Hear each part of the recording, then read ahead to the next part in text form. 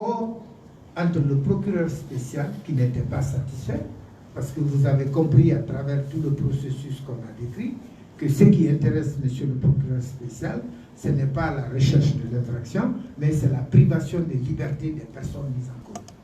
Il ne veut pas voir Kassory et sa suite dehors. Il veut les maintenir coûte que coûte, au prix de la violation des lois en prison. Alors, il semble, puisque sous l'énervement, on s'est un peu quitté sans se dire au revoir, il semble qu'il a exercé hier un appel de l'ordonnance de placement sous contrôle judiciaire rendue par la Chambre d'instruction. Mais cette ordonnance, son effet, ce n'est pas de conduire les gens à la prison. Son effet, c'est de faire rejuger le dossier par la Chambre de contrôle avec le fait constant que les personnes comparaîtront libres. Malheureusement, très malheureusement pour nous, quand je dis nous, ce n'est pas les avocats de la défense, c'est pour la Guinée tout entière. Malheureusement donc pour nous, nos clients ont été reconduits à la maison centrale avec cette énormité dans le dossier.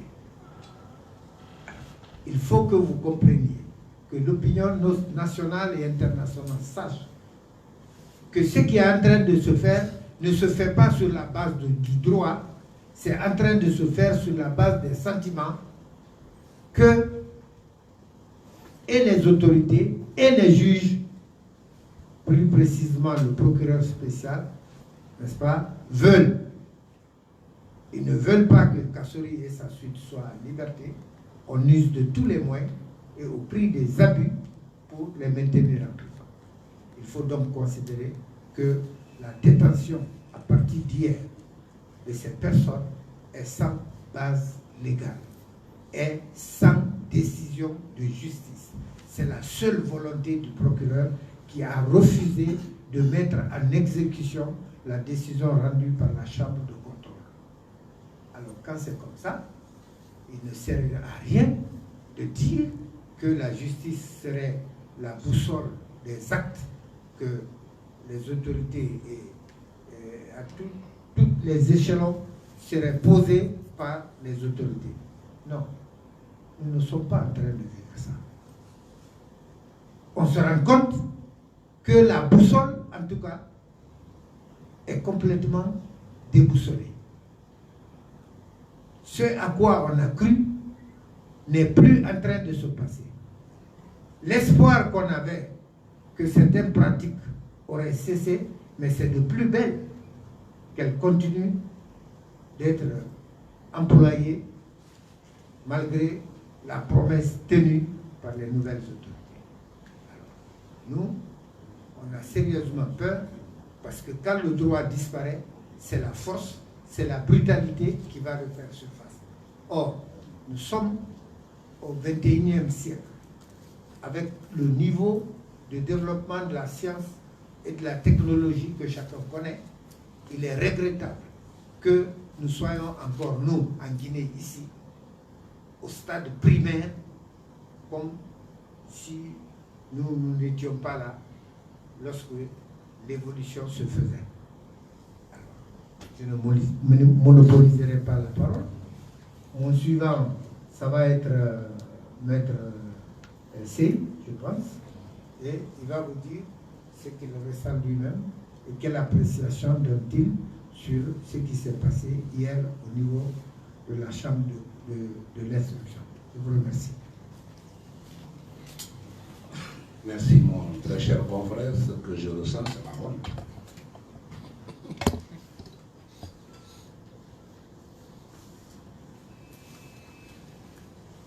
D'abord, moi, je commence quand même au nom du collectif à remercier les juges de la Chambre d'instruction qui, hier, ont rendu une décision courageuse. Ils n'ont pas tremblé devant leur dossier et après nos plaidoiries.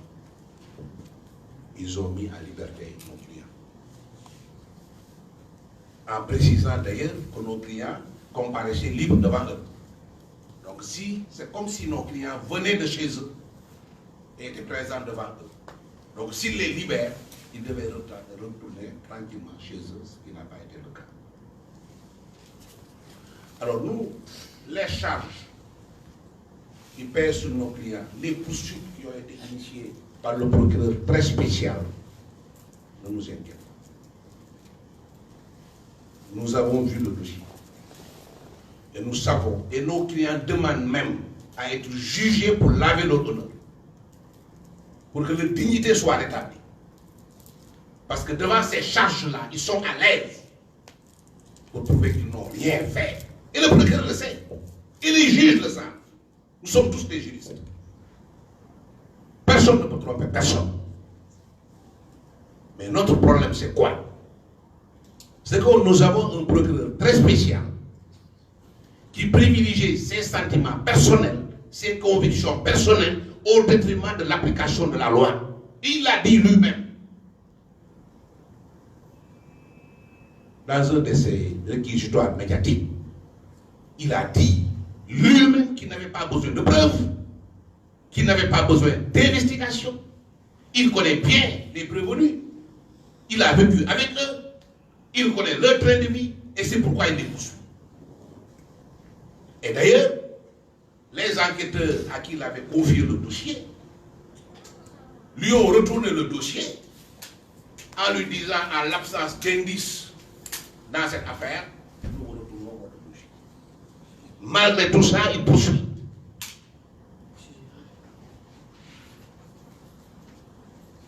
Et c'est dans ce cadre qu'il a initié sa propre procédure après flagrant délit, vous le savez tous.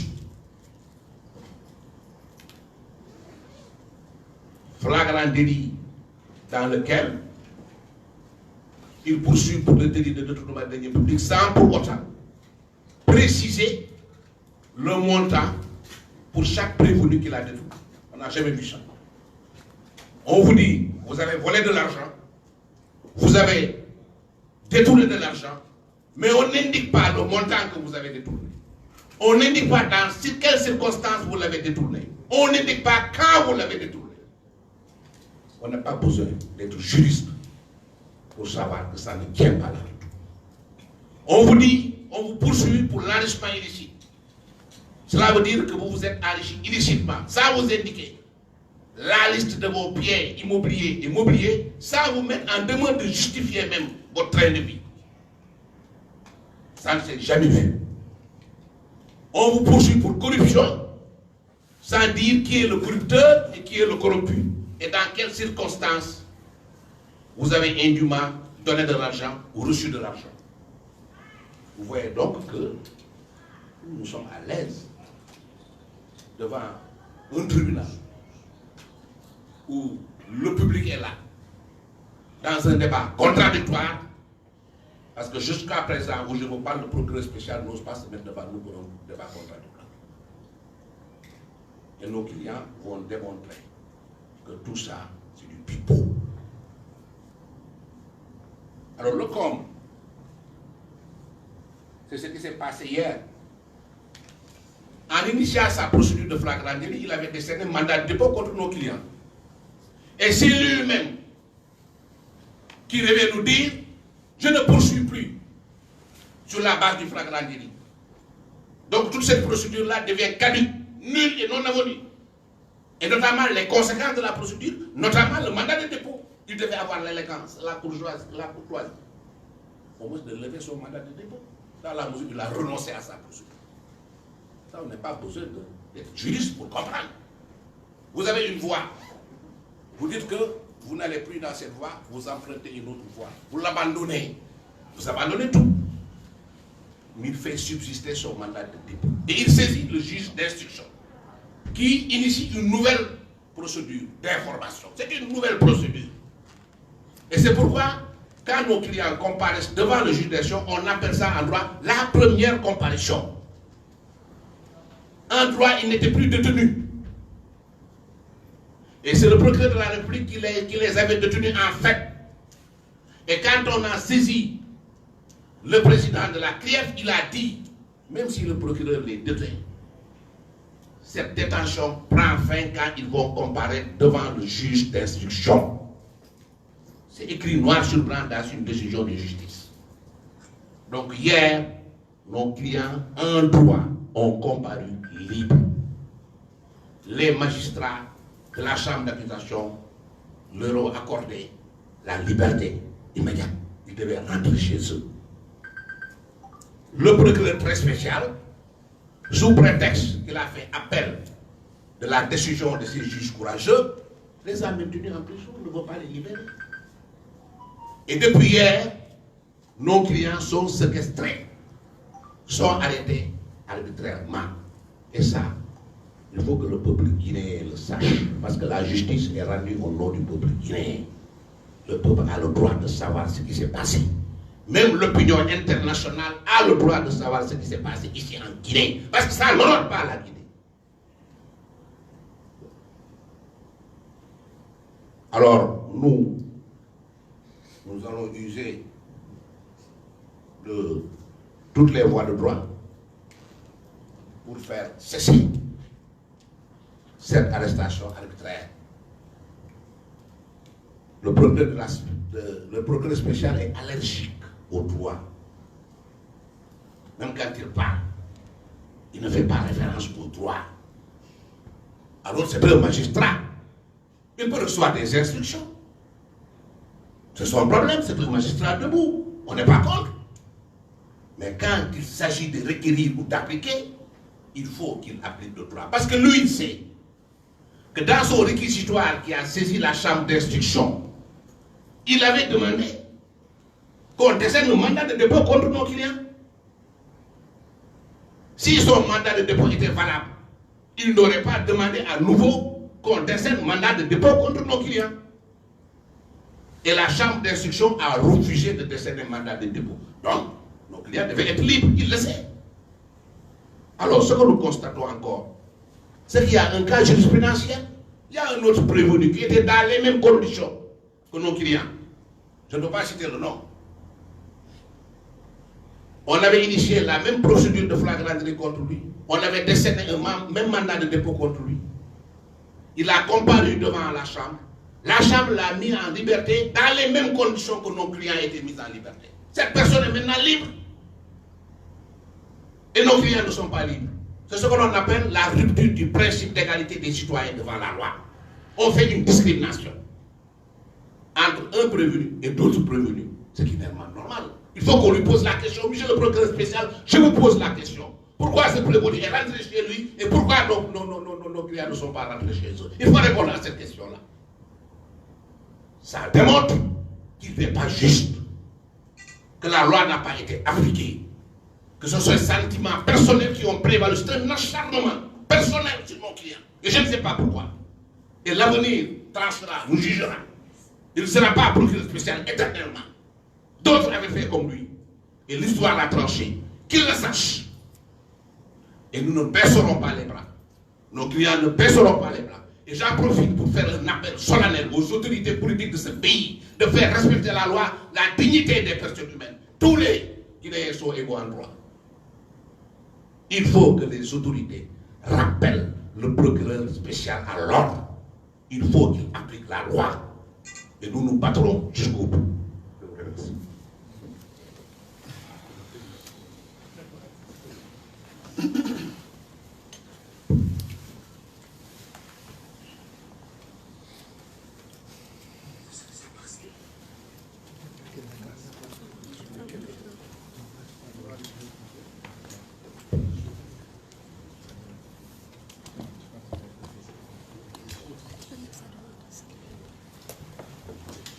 Merci beaucoup, mesdames et messieurs.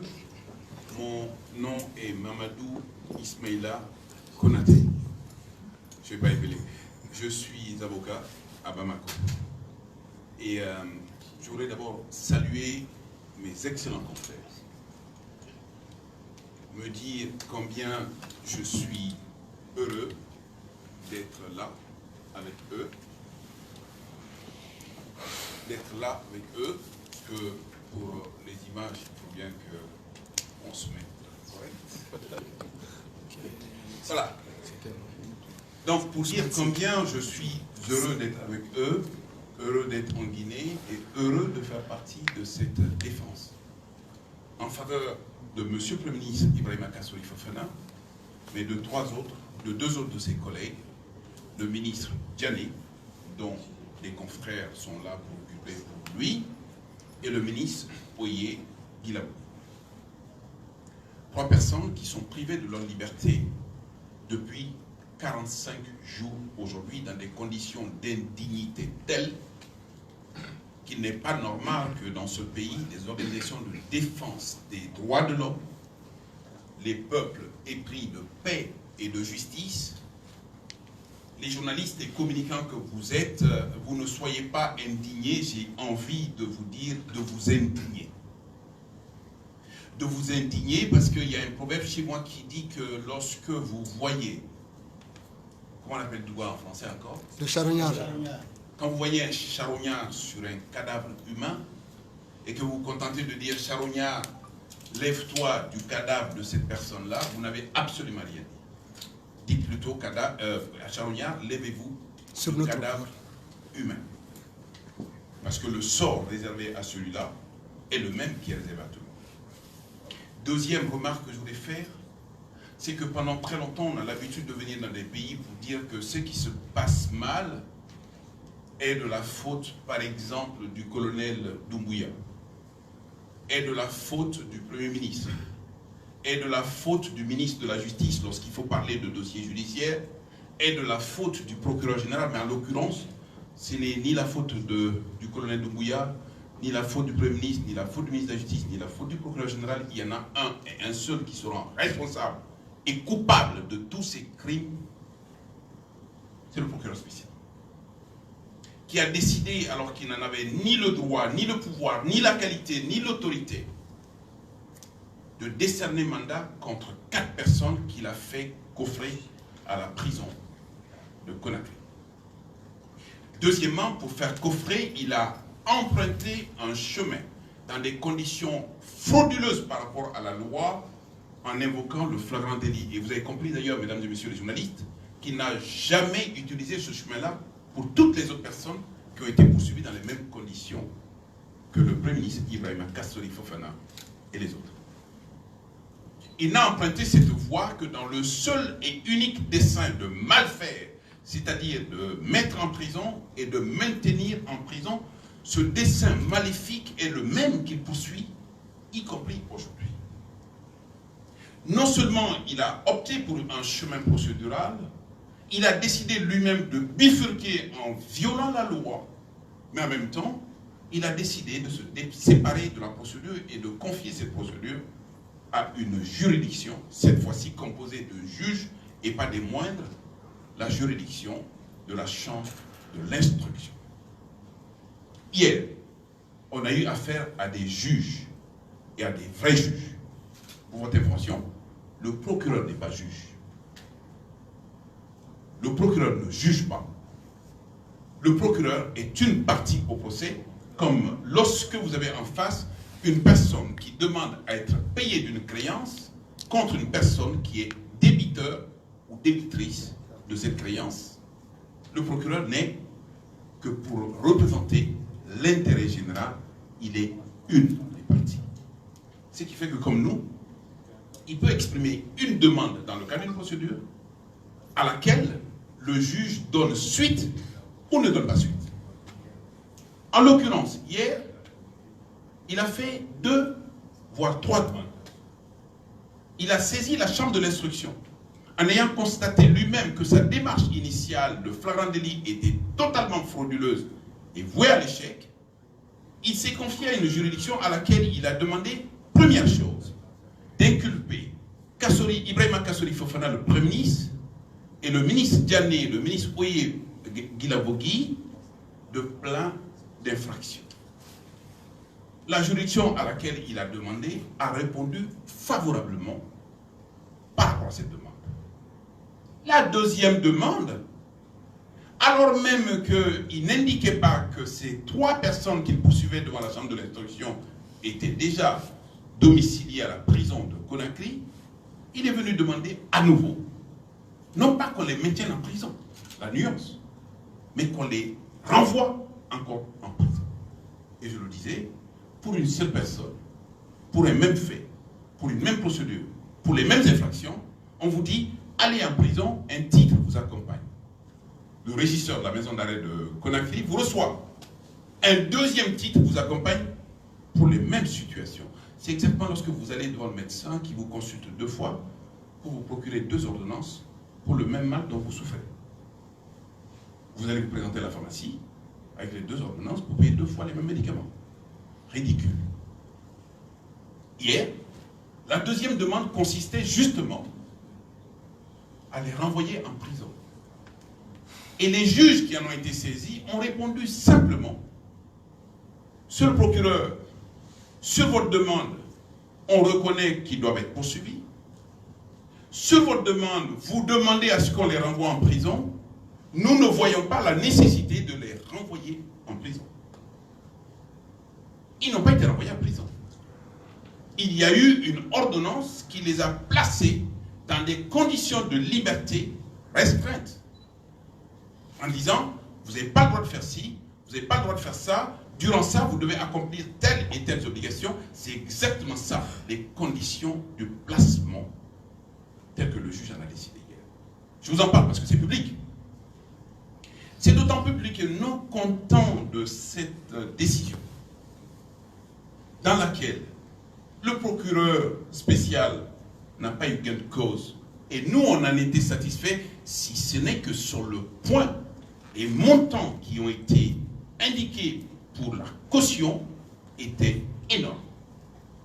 Nonobstant ces montants, nous nous sommes réjouis de ce que nos clients avaient droit à la liberté. Il y a une Arlésienne dont on parle mais qui ne montre jamais sa tête, notamment jamais dans les audiences. Je n'ai jamais eu le plaisir de rencontrer M. le procureur spécial dans le cadre d'une procédure et en face de lui pour avoir des arguments, parce qu'on parle de lui mais on le voit quasiment jamais. C'est ça qu'on appelle une Arlésienne en définitive. Il sait envoyer les gens en prison, mais il ne sait jamais être capable de venir dans des débats en face des avocats qui sont payés pour défendre. Et nous sommes là pour défendre.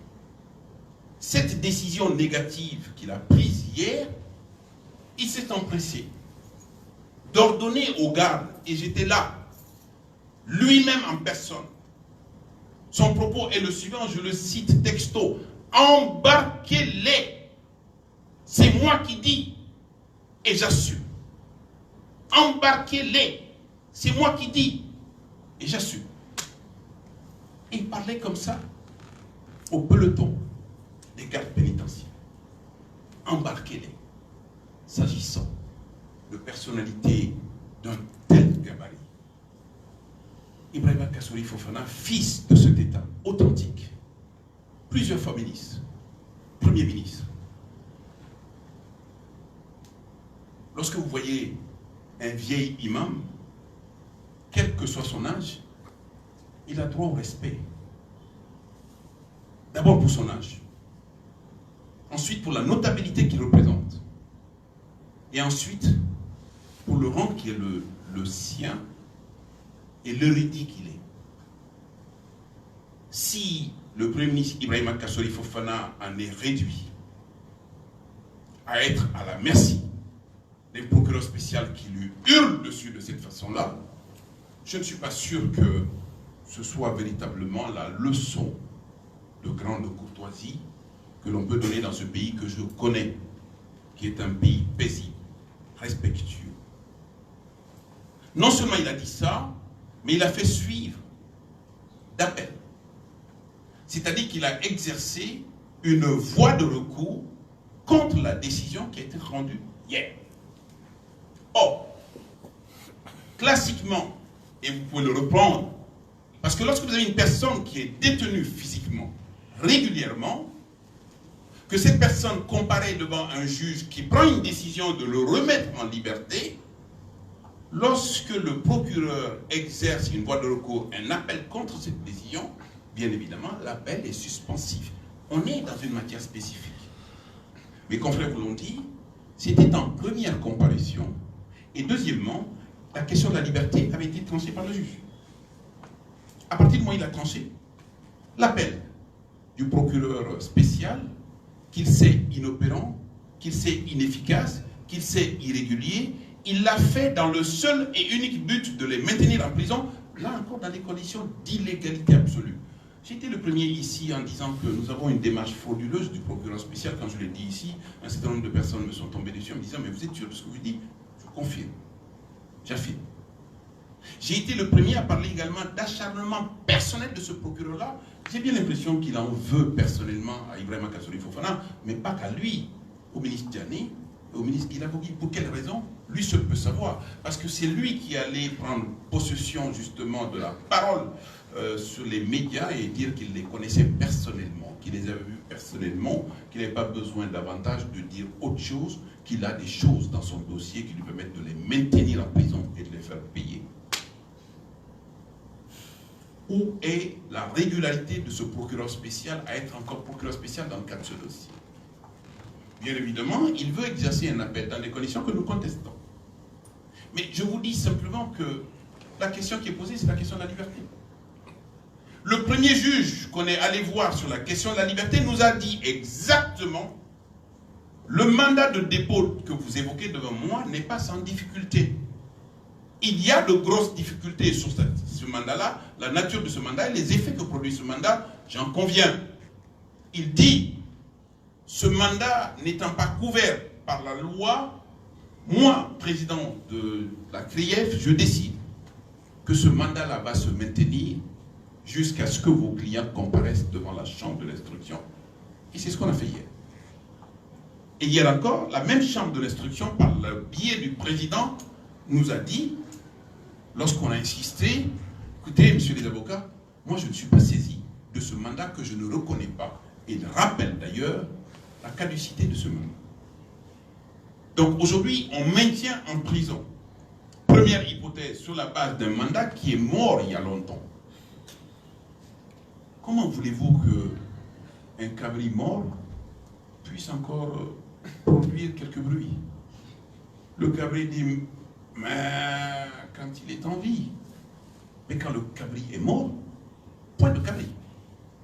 Deuxièmement, il peut peut-être arguer du fait qu'il a exercé un appel. Alors dites-lui de ma part que cet appel est inopérant, que cet appel est irrégulier et qu'en tout état de cause, l'incidence de cet appel ne vise pas à maintenir le Premier ministre Ibrahima Kassory Fofana en prison, ainsi que ses deux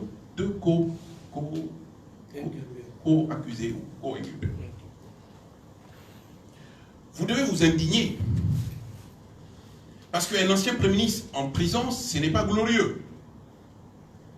Deux ministres qui l'accompagnent, c'est encore moins glorieux. Laisser l'espace territorial guinéen à un seul procureur spécial, fût-il investi de puissance de prérogative publique, faire n'importe quoi sans cadre juridique, cela peut être inquiétant.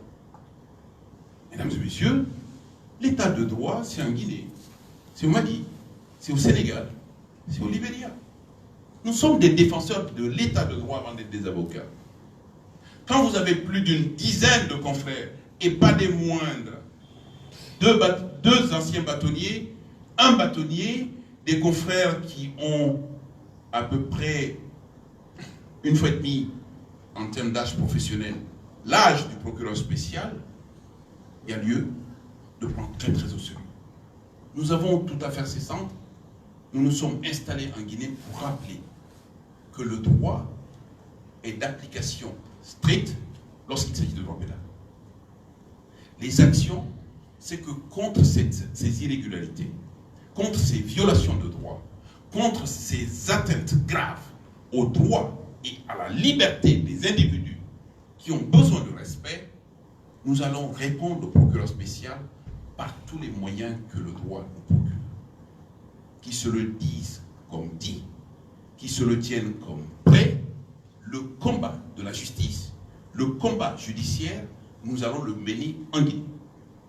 Et nous ne sommes pas de ceux qui vont dire c'est le président qui lui donne des instructions, c'est le Premier ministre qui lui donne des instructions, c'est le ministre de la Justice, le procureur général qui lui donne des instructions. Personne ne lui donne des instructions. C'est d'ailleurs lui qui prend des mauvais couloirs et va aller sans doute justifier ces mauvais couloirs par un dessein qui va être combattu ici. La violation du droit, à un prix. Hier, d'autres l'ont violé dans ce pays. Ils sont où aujourd'hui?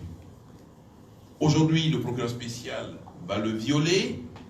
Il sera où demain? Je lui souhaite une très belle carrière. Merci. L'autre nom, s'il vous plaît. Mamadou Ismaïla Konaté.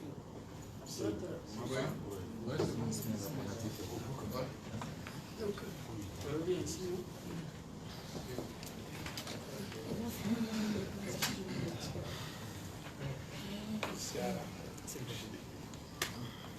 Moi, j'avais noté 2 points sur lesquels je voudrais m'entretenir avec vous cet après-midi, dans le seul but d'informer l'opinion publique nationale et internationale sur la situation de nos clients, les péripéties et les graves violations dont ils sont victimes. Je précise que je suis principalement pour M. Ibrahima Kassory Fofana et que cette conférence de presse, comme l'a introduit le bâtonnier, se fait en collégialité avec nos excellents confrères qui défendent également Béaboudi et Djané. Alors, j'avais dit que j'avais 2 points, et je vais passer rapidement sur le premier parce qu'il a été très bien expliqué par Ousmane Sey et par Mamadou Ismaïla Konaté. Il faut juste rappeler, comme il l'a dit, que le procureur, c'est un mandataire. Comme nous sommes les mandataires de nos clients. Pour le dire en France, c'est facile. Le procureur, ce n'est pas la justice qui naît. Le procureur, c'est un avocat de la société avec des super pouvoirs. Ces super pouvoirs, ce sont la police, la gendarmerie. D'ailleurs, dans le tribunal ou dans une cour, lorsque la justice rend les décisions, on demande au procureur, ça fait partie de ses super pouvoirs, on lui demande d'exécuter les décisions. Si vous comprenez ça, vous allez mieux comprendre pour mieux informer l'opinion. Voilà un avocat avec des super pouvoirs qui a eu un procès avec des avocats qui n'ont pas de super pouvoirs, qui a fait des accusations graves contre nos clients. Et la seule fois, moi ça fait combien, depuis le Ramadan, donc ça fait plus de 45 jours, vous étiez là avant moi, depuis presque 2 mois que nous sommes en Guinée. Hier, c'était la 2e fois qu'on voyait un juge, et c'était en collégialité 3 juges, qui étaient chargés pour la première fois, depuis que cette affaire est dans les réseaux sociaux, après le coup d'État, après la création de la CRIEF, après les déclarations de la junte et tout, c'était la première fois, à la suite des graves accusations pénales de détournement de deniers publics, de blanchiment et d'enrichissement illicite et de corruption. Vous savez, ça c'est grave comme accusation. Même vous qui êtes dans la salle, même nous, si on nous accusait, on aurait pu perdre la tête ou se suicider, tellement c'est grave socialement. Voilà les accusations que le procureur n'a pas arrêté de dire en justice, de dire sur les réseaux sociaux, de dire lui-même. J'ai écouté l'interview où il dit qu'il les connaît bien, etc. Je ne reviens pas dessus. Et pour une fois, on avait un arbitre hier sur les accusations pénales. On avait un précédent juge le 26 mars, mais ce juge, le président de la CRIEF, il était là uniquement, pas sur les accusations pénales, mais uniquement pour savoir est-ce que le premier mandat, il devait le lever, il ne devait pas le lever, est-ce qu'il fallait attendre, etc. Donc c'est hier qu'on a eu un vrai juge sur les accusations informantes, mais gravement sur la personne de Kassory Fofana et de ses co-détenus. Ça a duré 8 heures, ça a commencé à 10 heures, ça a fini vers 18 heures. Et nous avons, les avocats qui n'ont pas de super pouvoir ont gagné contre l'avocat qui a des super pouvoirs, à savoir le procureur de la République. Parce que l'enquête a duré 2 mois, du mois de février depuis son soit transmis, jusqu'à la clôture à la gendarmerie, le 5 avril, la veille de notre placement en détention. Pendant tout ce temps-là, les 2 mois-là, le procureur, nous, on n'était même pas encore les avocats, et même, je pense même que le bâtonnier n'était pas encore avocat à part une partie dans l'enquête préliminaire. Mais nous, on n'était pas au courant. C'est-à-dire, il a 2 mois d'avance déjà. Il a fait des enquêtes, il a dit qu'il est directeur de la police judiciaire, les officiers de police judiciaire, la gendarmerie lui rendent des comptes tous les soirs, etc. et tout. Donc, quand la justice guinéenne, à savoir les juges, ont examiné le dossier, ils nous ont donné raison. Parce qu'ils ont réfléchi, ils se sont retirés 1 heure de temps, ils ont discuté entre eux pour voir est-ce que Kassori Fofana, est-ce que Diané, est-ce que Oye Beavogi devait aller à la prison centrale. Ils ont dit non. C'est une grande victoire qui demande beaucoup de courage, une grande connaissance, mais approfondie du droit et des procédures. C'est eux qui rendent la justice au nom du peuple guinéen. Ce n'est pas le procureur, lui-même il va vous le confirmer. Vous êtes journaliste si vous lui demandez. La justice, elle est rendue par les juges, les magistrats du siège, au nom du peuple guinéen, dont le procureur dit qu'il est l'avocat de la société. Donc vous voyez que on nous a départagés. Maintenant, qu'est-ce qui restait? Ce qui restait, c'est de prendre le document qui a été rendu par l'arbitre ou les arbitres. Comme c'est le procureur qui est chargé de l'exécution des décisions, on lui dit, monsieur le procureur, allez libérer ces personnes. D'ailleurs, on ne va pas trahir le secret. Donc, nous, on était dans une posture où on avait la confirmation que nos clients pouvaient descendre les escaliers, les marches de l'escalier, rentrer dans leur voiture, avec ou sans chauffeur, et rentrer chez eux. Après, les avocats, par courtoisie, on a décidé ensemble que, puisqu'ils sont venus de la prison centrale avec les gardes pénitentiaires, pour ne pas mettre en difficulté les gardes pénitentiaires, parce qu'ils ne comprennent pas ce qu'on fait dans les procédures avec la chambre de l'instruction, puisqu'ils n'assistent pas à l'audience, c'est à huis clos. On leur a dit, bon, vous avez nos clients, ils sont avec nous, on pouvait aller dans la voiture directement qui rentre chez eux ou dans la voiture des avocats, mais allez-y, vous référez au procureur, parce que eux-mêmes, ils ont dit, oui, on a besoin des instructions du procureur, parce que là, c'est la partie exécution de la décision de justice, qui fait partie des super pouvoirs du procureur. Mais on lui demande d'exécuter une décision qu'il n'a pas rendue. La décision a été rendue par les magistrats de la chambre de l'instruction. C'est là qu'il s'est souvenu qu'il avait un autre mandat de dépôt, qu'il avait délivré soit pendant la procédure de flagrance, ou bien alors qu'il a dit qu'il a fait appel. On ne connaît pas encore la vraie raison, mais en tout cas, il a dit, comme selon ce que Maître Konaté vous a rapporté avec pertinence, embarquez-les et puis je vais assumer. Donc voilà, vous êtes des journalistes, vous informez l'opinion nationale et internationale, vous devez savoir ce qui s'est passé en dehors de l'audience après notre victoire. C'est-à-dire le temps entre le moment où les juges décident, qu'on nous notifie que nous avons gagné, et le moment où, avec les gardes, on doit exécuter la décision. Donc le procureur lui-même a fait obstacle à l'exécution d'une décision de justice. Ça, c'est un fait que personne ne peut contester. Et vous devez en être informé. Moi, une fois que j'ai dit ça, j'en ai fini sur la question de la détention, du point de savoir pourquoi encore mes clients sont en prison. Moi, on est des avocats, on connaît les procédures, on constate que c'est une détention arbitraire, puisque ce n'est pas fondé sur le droit. On connaît les procédures qu'il faut faire pour enlever ça, pour contourner ça. Nous sommes en train de le mettre en œuvre. Ce que j'ai à vous dire sur ce point-là, ce sont les choses dont vous êtes déjà informés parce que c'est dans le domaine public. Vous avez bien vu que Zakaria Koulibaly était un ancien ministre du gouvernement. Il était en détention. Il a fait la procédure de flagrant délit, même mandat de dépôt, comme l'a dit Ousmane. Il a été chez le juge d'instruction, il a été inculpé, etc., etc. Et que lui-même a obtenu la même décision de libération que nous. Donc, et que la même décision a été donnée par la même chambre de l'instruction au procureur pour qu'il l'exécute. Et qu'il l'a exécuté 10 minutes après. Même pas. Ce que je vous dis, c'est une information publique. Revérifiez vos notes.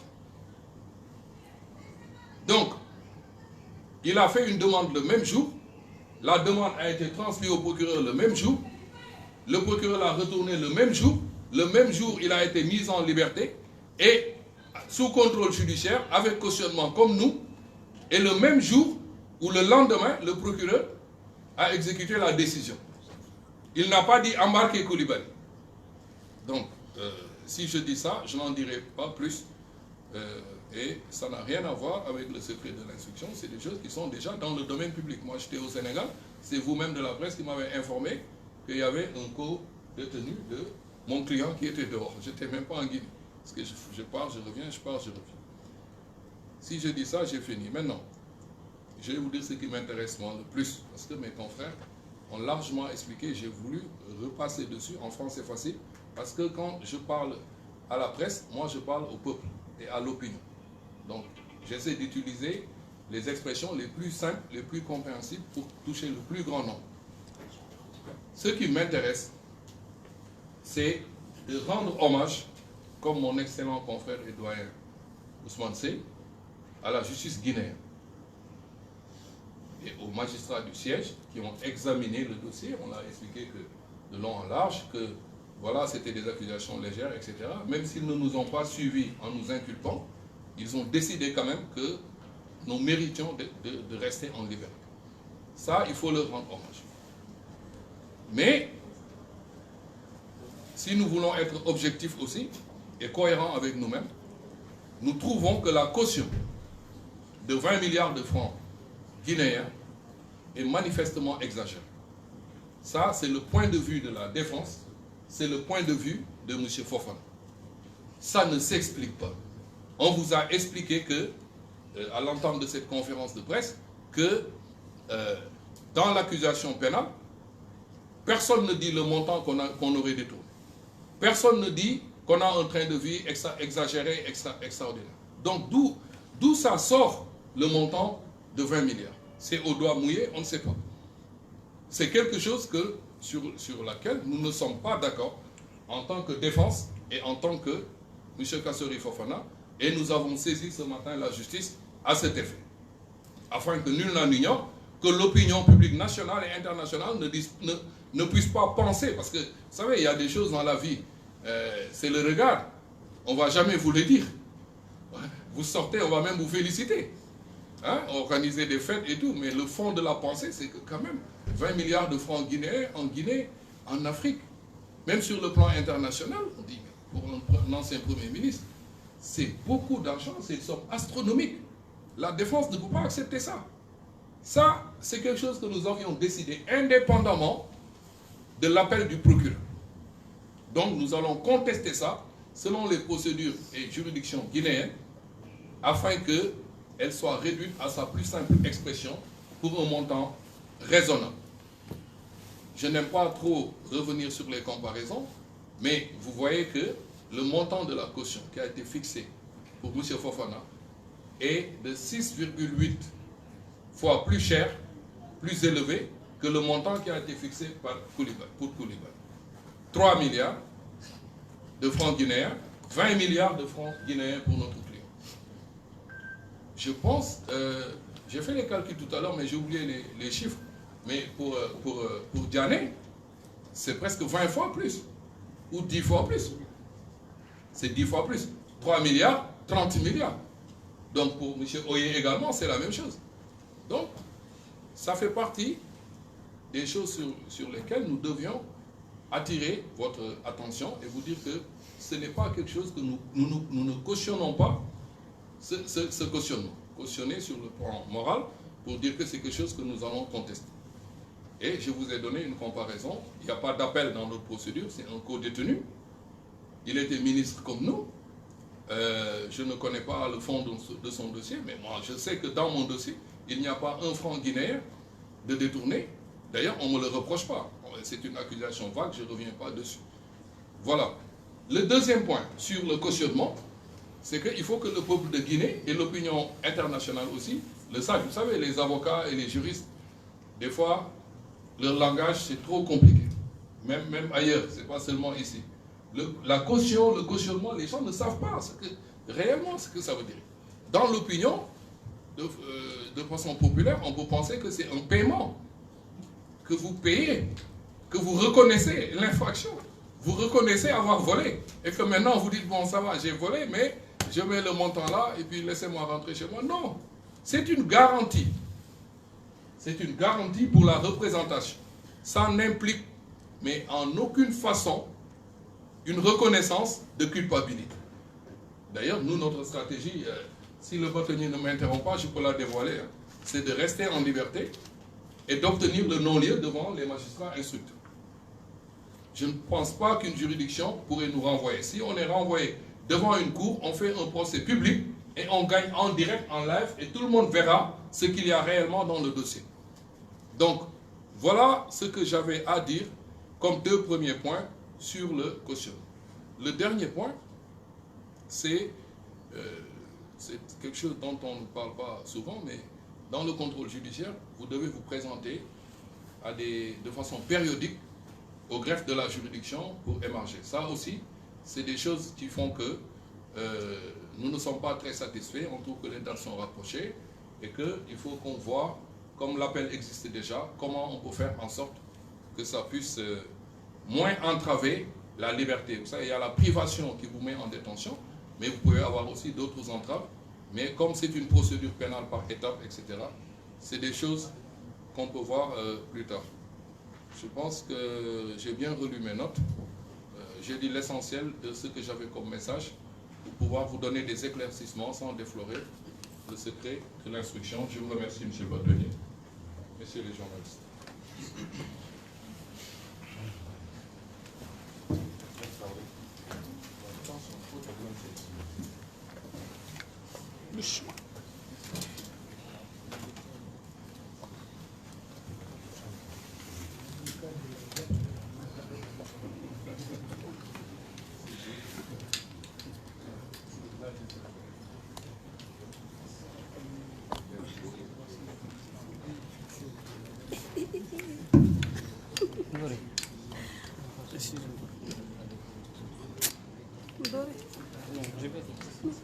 Je vais quitter.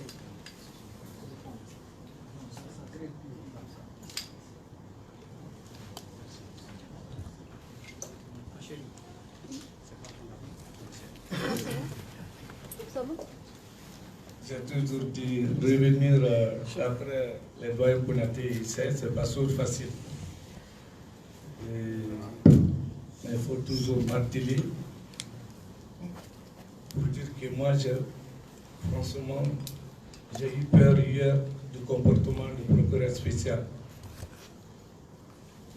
Il est en train de salir la tradition. Il est en train de salir la tradition. Il est en train de mettre même en péril la décision de la CRIEF. Quand vous voyez l'ordonnance numéro 001 du 26 avril 2022, notre référé de liberté, c'est le président qui a donné le sort de ce mandat en ces termes que les dispositions susvisées sont mises sous le sort réservé au mandat de dépôt décerné par le procureur de la République lorsque celui-ci est obligé de requérir l'ouverture d'une information. Mais, dans la pratique, selon la décision de la CRIEF, que M.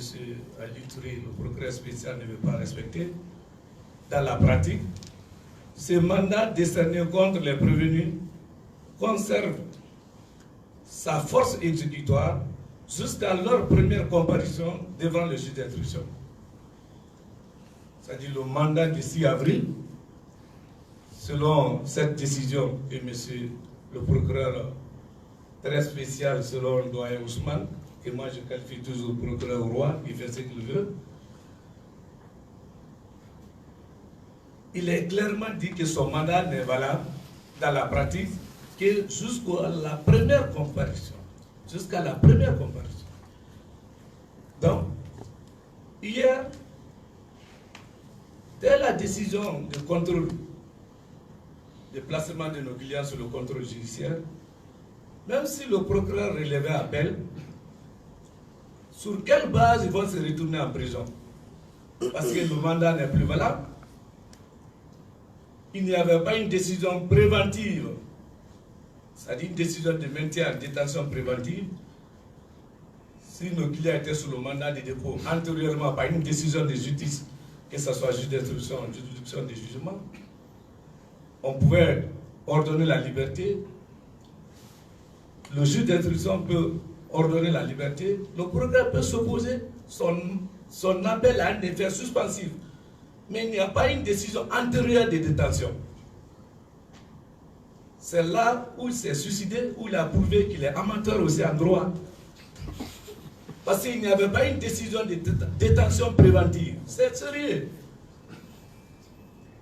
Son mandat, hier, quand on a eu l'ordonnance de placement de nos clients sous le contrôle judiciaire, en vertu de quoi on va les retourner. Il n'y avait aucun acte. Lui-même, il était demandeur, il a sollicité le mandat de dépôt. Parce que son mandat était déjà caduc selon la décision du président de la CRIEF. Alors, c'est pas ni plus ni moins, c'est une séquestration. Parce qu'il n'y avait aucun acte hier pour les retourner en prison. Comme le doyen disait de ne pas rentrer, parce que moi, ça ne tenait qu'à moi hier. Mes clients n'allaient pas bouger, sauf si le procureur très spécial, le roi de la cité, alors là, qui est en train de salir la transition, il allait me montrer un acte pour l'autoriser de les retourner. Sans quoi, on allait rester là-bas. Ou il était capable aussi d'user la force publique, comme il les suicidaires aussi, il pouvait le faire, mais il allait passer à l'acte, parce que moi, je n'allais pas bouger avec Dr Diané hier. Et plus grave, quand vous voyez la décision là, il y a 2 fois contrôle judiciaire, chaque lundi et chaque vendredi. Il y a un montant énorme comme caution. Mais si ce n'est pas leur détention, leur humiliation qui intéresse le procureur, qui peut supporter ça? Même nous, personnellement. Hier, grâce au magistrat instructeur, son mal a été corrigé. Parce que son mandat de dépôt sur la base de la flagrance étant caduc, étant illégal. Hier, au moins, il a voulu que cela soit blanchi. Mais la chambre de contrôle a refusé de l'obéir. Il était très nerveux. Il a traversé la cour en courant pour voir le président de la CRIEF. La chambre d'instruction a donné l'espoir au peuple que non, on ne peut pas continuer à obéir. Parce qu'ils ont résisté aux pressions. Si le procureur, la chambre d'instruction les plaçait sous le mandat, Ali n'allait pas relever à peine. Mais comme on a refusé de les placer en détention, c'est pourquoi il a relevé à peine. Et l'inadmissible, j'aime toujours rappeler, on fixe les cautions, maître le confrère parlait tout à l'heure, sur la base de l'article 247 du Code de procédure pénale, qui dit la mise en liberté dans tous les cas où il n'y a pas de droit peut être subordonnée à l'obligation de fournir un cautionnement. Ce cautionnement garantit la représentation de l'inculpé ou du prévenu ou de l'accusé dans tous les actes de la procédure. Voici la motivation de la loi. On verse tout simplement la caution pour vous permettre d'être sous la main de la justice. Mais quand on fixe 30 milliards, 20 milliards, ça on veut dire qu'on est en train de payer. Est-ce que le procureur on est en train de nous confondre à l'agent judiciaire de l'État? Ou bien c'est recouvrement accéléré ou intelligemment recouvrement? En tout cas, c'est pour nous permettre d'être sous la main de la justice, selon l'article 247. Et nous sommes restés toujours sur nos faits. Le débat était scientifiquement technique. Et comme le procureur a refusé toujours le débat, il parle blanchiment, il parle l'enrichissement illicite, il parle détournement. Mais il ne peut pas venir montrer le montant. Et il continue à piétiner la loi. C'est un faux fuyant. Il n'est pas courageux pour venir soutenir l'accusation ou l'inculpation. Nous avons demandé à la chambre d'instruction, on ne va pas rentrer dans les faits, mais au moins que si le délit d'enrichissement illicite est constitué lorsque, sur simple mise en demeure, où l'une des personnes désignées ci-dessus se trouve dans l'impossibilité de justifier l'origine licite des ressources qui lui permettent d'être en possession d'un patrimoine ou de mener un train de vie sans rapport avec ses revenus légaux. Est-ce que le procureur très spécial, monsieur le procureur Roy, a posé un seul acte de mise en demeure pour dire tel immeuble c'est pour vous? Comment vous avez gagné? On a retrouvé 2 millions de dollars sur votre compte. Vous avez fait tel placement dans telle banque ou dans telle société.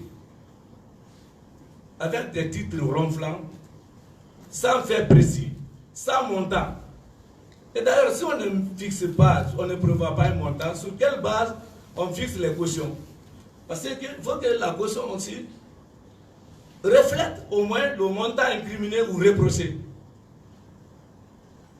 Et souvent, comme on aime souvent quand on regarde le jeu des enfants, on appelle ça le jeu de Colin Maillard.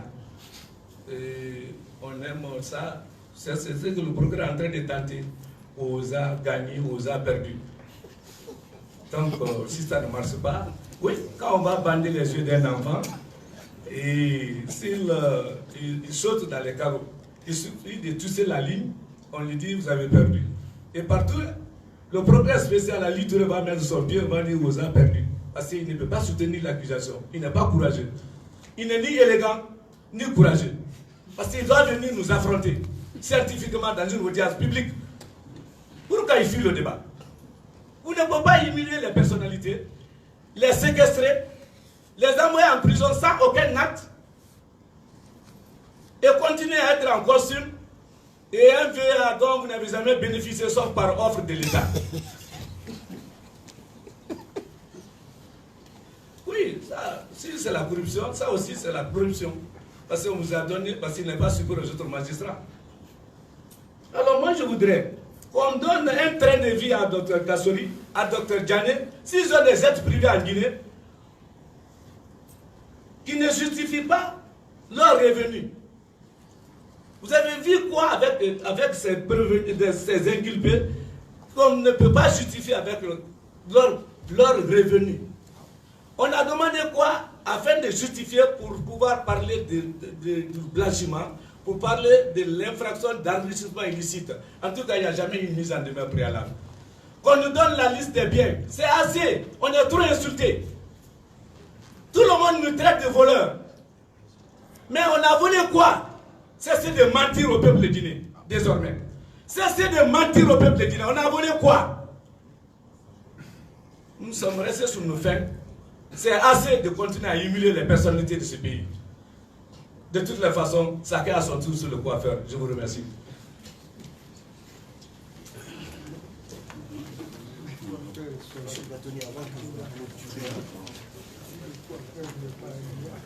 Non, chacun a son tour sur le coiffeur.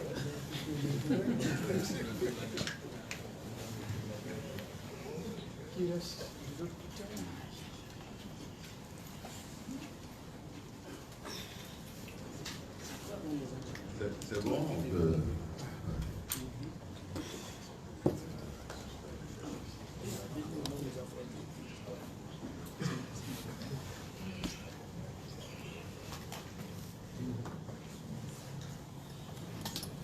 Mesdames et messieurs, je vous remercie. Je prends la parole après toutes ces éminences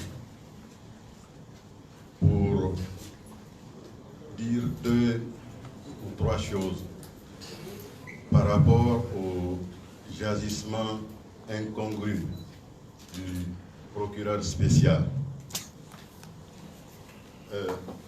ce n'est vraiment pas de gaieté de cœur que nous nous retrouvons devant la presse aujourd'hui, parce que le débat, nous le savons, il se trouve ailleurs, au prétoire. Le débat juridique et judiciaire, c'est au prétoire.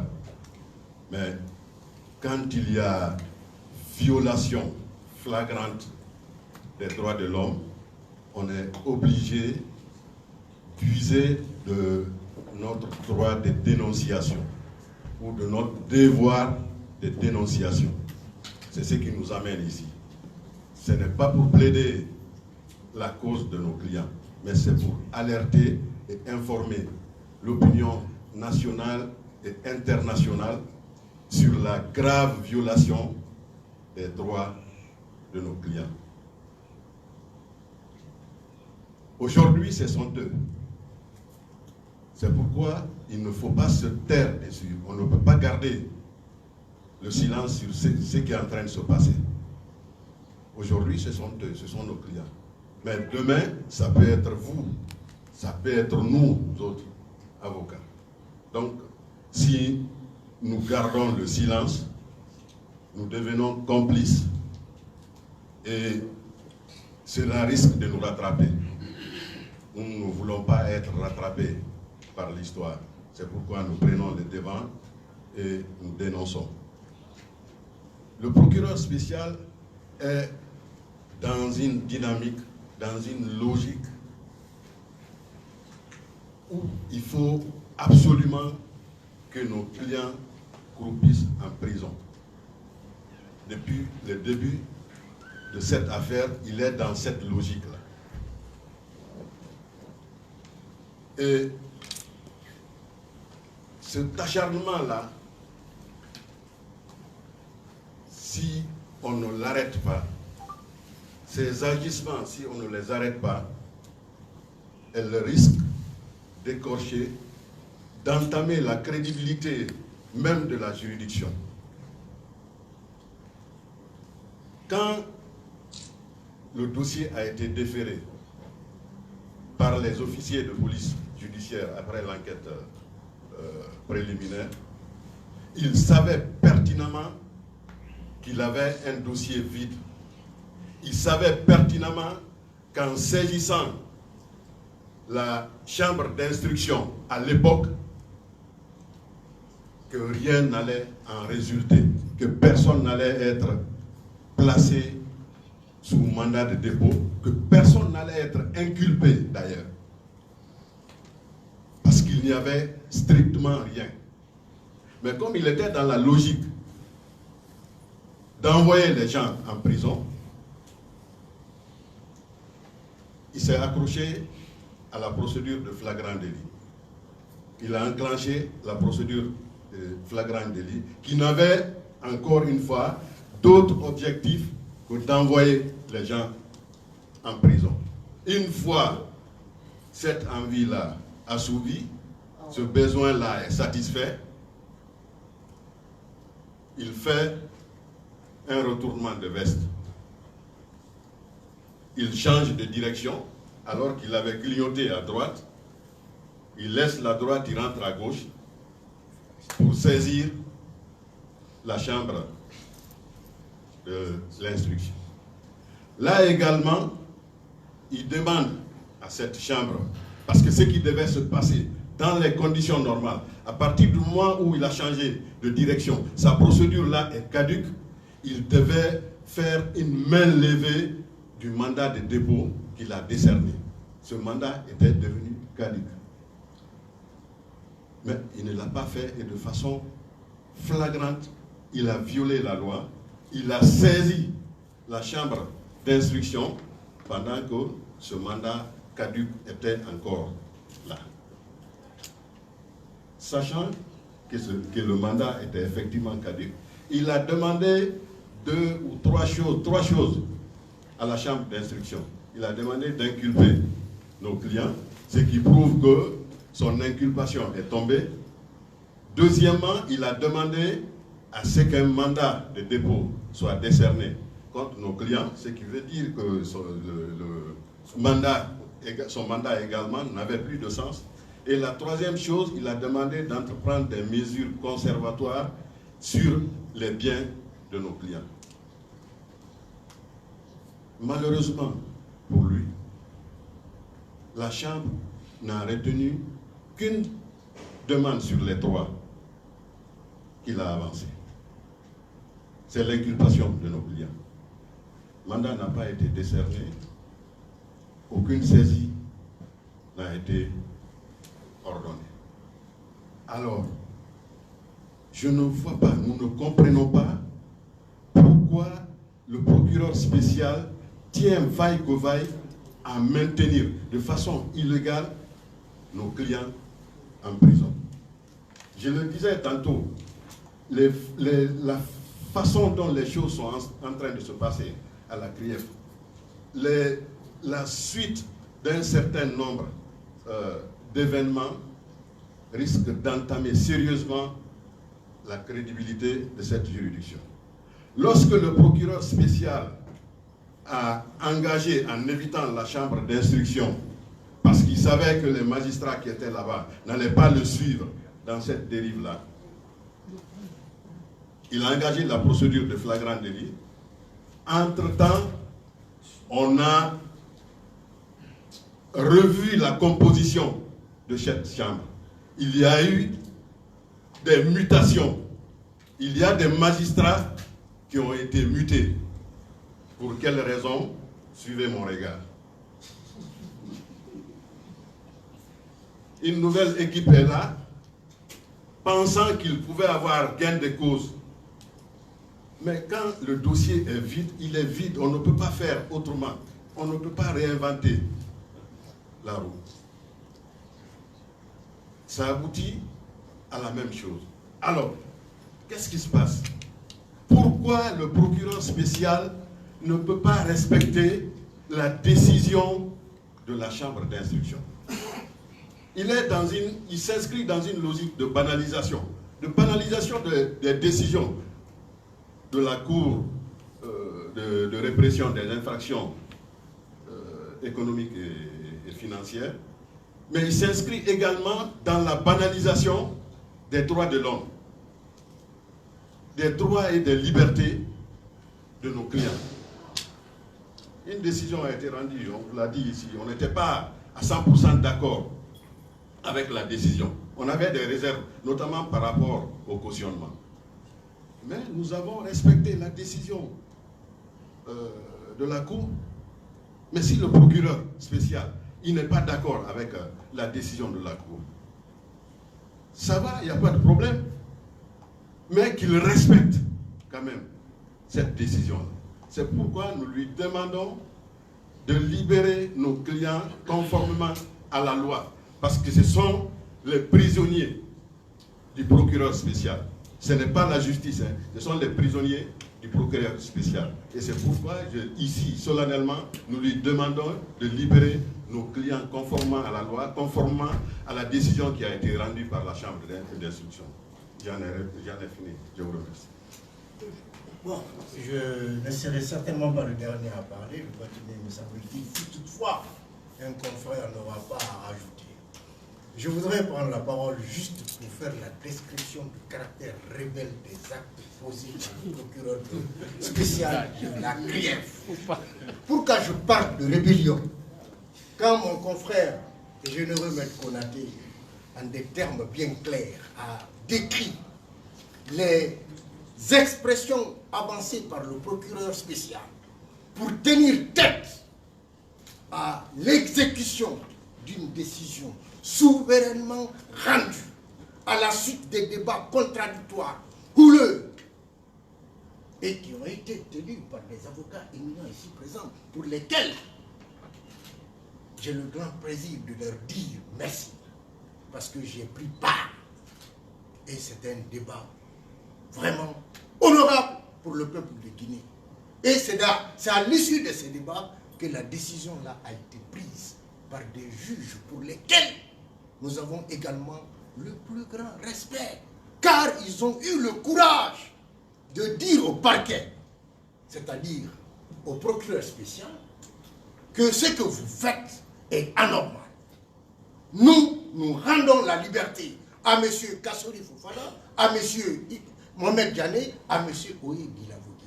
Pour des raisons que voici. Quelles sont ces raisons? La première, c'est la décision rendue par le président de la juridiction, c'est-à-dire le premier patron de la juridiction, à la date du 26 mars, qui a dit que le mandat que vous avez émis contre ces personnes restera valable jusqu'à leur première comparution devant la chambre de l'instruction. Voilà sa décision, voilà sa reconnaissance. On est d'accord, puisque même quand nous, avocats, nous avons condamné cette démarche pour le flagrant délit à la date du 6 avril, ça s'est imposé sur nous contre notre gré. Mais malheureusement, le président, quand on a fait recours contre le dit mandat, il n'a pas levé, mais il a tout simplement dit: je maintiens le mandat, mais jusqu'à ce que vos clients comparaissent devant la chambre de l'instruction. C'est ce que nous avons fait hier. Donc quand nous venons et que le procureur s'entend le vent tourner à l'avantage du droit, parce que nous nous battons pour le droit, nous nous battons, comme Maître Almami vient de dire, pour que la justice soit dans ce pays. On ne le fait pas forcément pour les personnes aujourd'hui inculpées, mais puisqu'on est obligé de passer par elles pour que justice soit, on est obligé de passer ainsi. Donc quand on lui dit que ce mandat tombe et que nous, parce que c'est ce que le juge a dit, moi je n'ai pas peur de le dire, car c'est à l'issue des débats que le juge a tenu les propos suivants. Monsieur ici présent, vous prévenu, vous comparaissez devant moi en tant que personne libre. J'ai rigolé. J'ai dit, mais monsieur le juge, vous savez qu'ils viennent de la maison d'arrêt. Ils ont été extraits par voie d'ordre. Ils ne viennent pas de leur maison, encore moyen d'une gendarmerie ou d'un commissariat de police. Aucunement. Donc ils ne sont pas libres. Il dit, maître, en ce qui concerne la chambre de l'instruction, ces messieurs comparaissent libres. Ce qui était vraiment quelque chose de courageux. Parce qu'au-delà de la réalité des faits, il nous a rappelé la réalité juridique. Ce qu'il a assumé d'emblée. C'est dans ces conditions que nos clients ont été placés sous contrôle judiciaire, avec restriction d'un certain nombre de libertés. On est d'accord là-dessus. Et bien entendu, tout avocat en face d'une telle situation ne peut que se sentir bien. On s'est fait des congratulations, et puis nous sommes sortis. Et voilà le rebelle qui est dans la cour, qui nous dit, non, moi je ne respecte pas la décision souverainement rendue au nom du peuple guinéen. Je refuse de le faire. Je maintiens ces personnes-là en prison. Je ne les libère pas. Mais pour qui se prennent-ils là? Nous, ce n'est pas une question de personne, c'est une question de principe de liberté. Et les principes de liberté sont non négociables. C'est pourquoi je parle de rébellion. Car il a dit avec violence qu'il s'opposait à l'exécution de la décision rendue hier, le 19 mai 2022. Une décision souveraine rendue au nom du peuple de Guinée. Donc, nous sommes là aujourd'hui. Et comme on l'a souligné auparavant, c'est non pas fuir le débat comme lui, il a l'habitude de le faire. Il pose des actes, après il disparaît, il se dissimule, il se cache dans les bureaux. Nous comparaissons, nous débattions pour des questions bien précises et de façon contradictoire et limpide. Mais puisque le parquet spécial, quoique composé d'autres magistrats, ne comparaît jamais parce qu'il sait que les dénonciations auxquelles on va se livrer ne vont certainement pas lui faire plaisir. Mais il attend dans son bureau, puisque la loi lui donne tellement de force que lorsque même il est battu devant les instances judiciaires, c'est lui qui a la clé de la prison. Et il a pris la clé de la prison, il l'a mis en poche. Mais on va sortir la clé. On ira ouvrir la prison, on sortira nos clients au nom de la liberté. Soyez-en sûrs que les avocats ici présents ne vont pas reculer. Parce que nous avons été à l'école pour ça.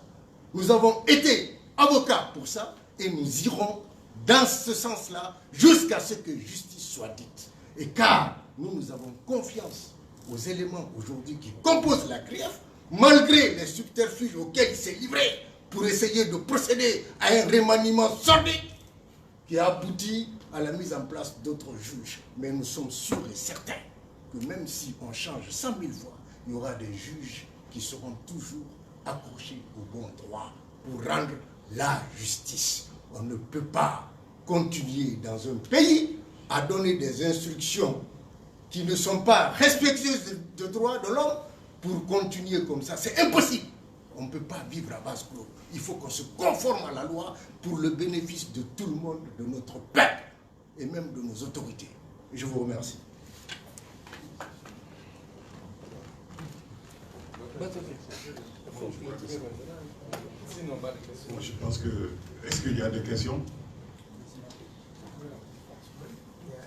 C'est toujours inquiétant de donner une conférence de presse qui n'est pas une seule question.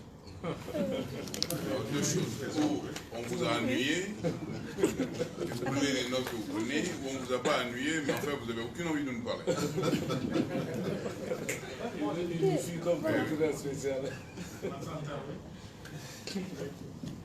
Je suis Siba Guinao, je travaille pour Africa Guinée. Je voudrais avoir une précision. Après l'ordonnance libérant vos clients, est-ce que le procureur était dans l'obligation de relever après? Je vais répondre. Attends. Là, je vais répondre. Il avait quand même le droit de faire appel. L'obligation, ça, je ne sais pas. Ah, le droit. Le droit.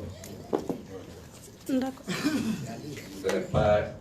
L'appel là était sans objet. Parce que nos clients, pour la première fois, ont comparu. Il n'y avait pas de décision de détention antérieure. Même s'ils faisaient appel, cela ne pouvait pas les retourner en prison. Il faut un acte juridique. Comme il montre une seule décision de justice pour autoriser le régisseur à le recevoir. Mais malheureusement, c'était l'acte de flagrance qu'il y avait depuis le 6, dont le juge, le président de la CRIEF a dit que cela est nul dès la première comparution. Donc c'est une séquestration. Voilà, c'est simple banditisme juridique pour satisfaire autres hommes à l'ombre. D'accord. Maître, ok, je sens que vous êtes les avocats de ces anciens ministres. Est-ce que vous avez déjà accepté la caution, c'est-à-dire les 20 milliards et les 30 milliards qu'ils devaient payer si aujourd'hui ils étaient en liberté provisoire? Nous avons demandé de ramener à un montant raisonnable et supportable. Parce que ça ne se justifie pas. Ok. Dites-nous maintenant, quelles sont les voies que vous allez parcourir pour que vous... On a initié la voie là pour profiter de l'acte d'appel sans effet du procureur spécial, très spécial, pour pouvoir demander aux juges de la chambre de contrôle de les ramener à un montant raisonnable, selon la teneur de l'article 247. D'accord. Et est-ce que la caution, si par exemple vos clients arrivaient à payer la caution qu'ils se voyaient, c'est-à-dire libre, est-ce que le procureur ou le gouvernement allait rembourser cet argent? Si on a bénéficié d'un non-lieu, on va nous restituer parce qu'on n'a rien pris au détriment de l'État. Il faut préciser que la caution, ce n'est pas un remboursement. C'est une garantie. La caution, pour quelqu'un qui n'a pas autre attache, par exemple, dans le pays, on estime que s'il se reproche de rien, il ne peut pas laisser ce montant et s'enfuir. Parce que c'est un montant qui doit lui être restitué après le jugement, l'innocentant de l'infraction pour laquelle il a été poursuivi. Donc, dans le cas d'espèce, si en fin de compte, après jugement, les clients que nous défendons ne sont pas reconnus coupables, tous les montants qu'ils auront déposés à titre de caution vont leur être retournés. Voilà. Je crois que...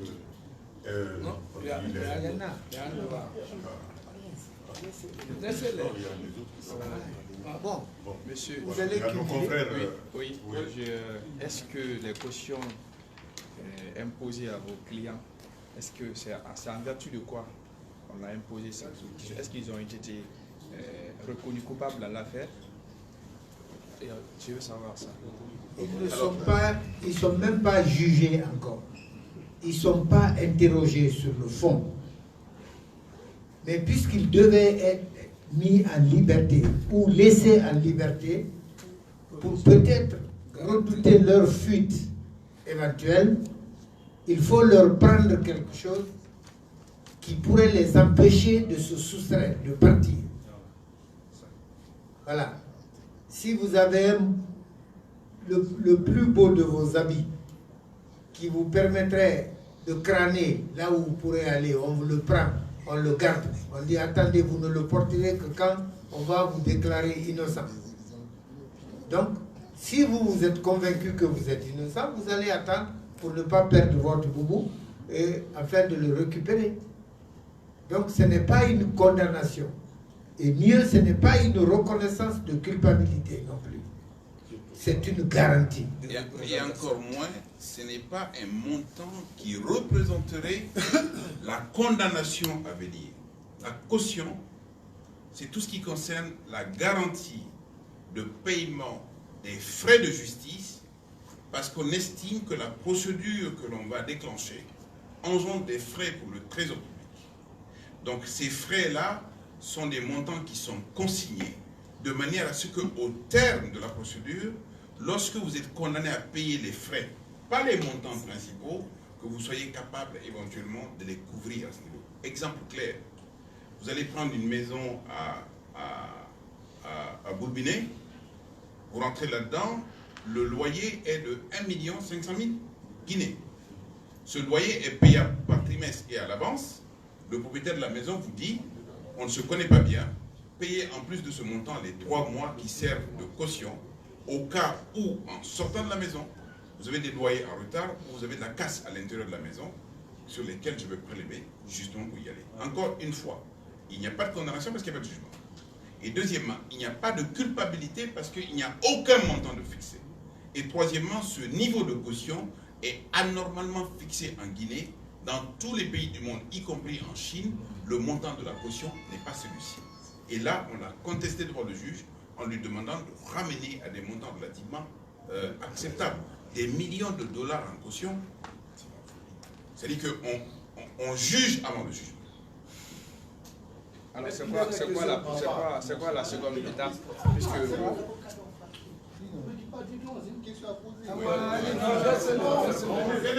mon frère, pardon. Tonton. Venez ici, avec Kakon. C'est bon. Oui, allons-y. Maître, oui. Après le refus du procureur de libérer vos clients, quelles sont les dernières... quelle est la suite Quelles sont les procédures qui seront engagées par le cours d'avocat pour obtenir la liberté? On va faire examiner par la chambre de contrôle maintenant qui va nous départager. Mais une fois encore, il n'y a aucun acte présentement, aucun acte leur permettant d'être en prison. Ils sont illégalement détenus. Parce que l'ordonnance était à la suite de la première comparution. S'ils étaient en détention sous le mandat de dépôt antérieurement, par une décision de justice, là on pourrait le faire. Mais il a opté par la procédure de flagrance, par lui-même en tant que procureur, par son mandat de dépôt, dont le président de la CRIEF a dit que le mandat là est valable jusqu'à la première comparution. Dès la première comparution, il n'y a plus de mandat. Il les a retournés de force. Présentement, il n'y a pas d'acte. Parce qu'il ne peut pas justifier leur détention par l'acte de flagrance qui a été déjà annulé par le président de la CRIEF. Je crois qu'on va vous remercier. Et merci d'être venus aussi nombreux. Et on se donne rendez-vous certainement la prochaine fois. Merci à tous. Merci d'être